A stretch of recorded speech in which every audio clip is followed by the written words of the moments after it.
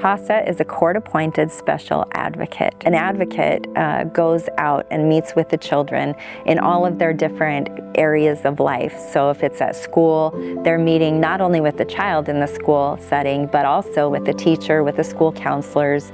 If it's in the medical offices, not only are they at that appointment, but they've got access to the records. The judges give us an order that is very comprehensive, and we can get the information from the professionals, and then that's what we rely on to report about what the child needs.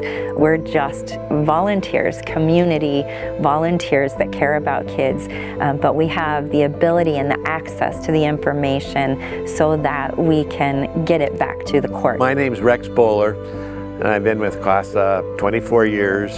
A good personal friend of mine was Kitty Curtis. She was a judge, and she was given a presentation at Rotary. She was advocating for, hey, I've just started up this CASA program, and here's what we're doing, and I'm looking for volunteers. And so she came up to me after the meeting. She said, you are in, and what do you say? I mean, I knew I was in because I had to be in. The court often found itself in a situation where I needed to make either a temporary decision or even, unfortunately, a permanent decision about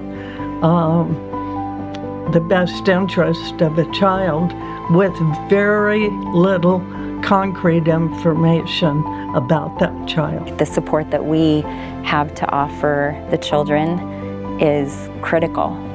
The kids need to have that strong voice, that one person that walks with them through this journey. To have an advocate who can go out and objectively gather information and bring that information to the court in a report is so valuable in making a decision about the best interest of the child.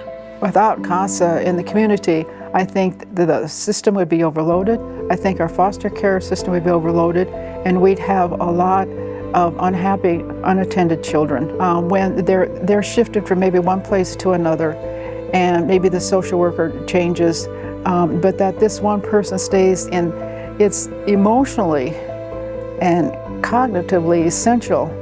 Every child deserves someone who will stand beside them when they're going through tough times. When I think of CASA, I think of relationship, creating a long-term trusting relationship, a potentially long-term trusting relationship.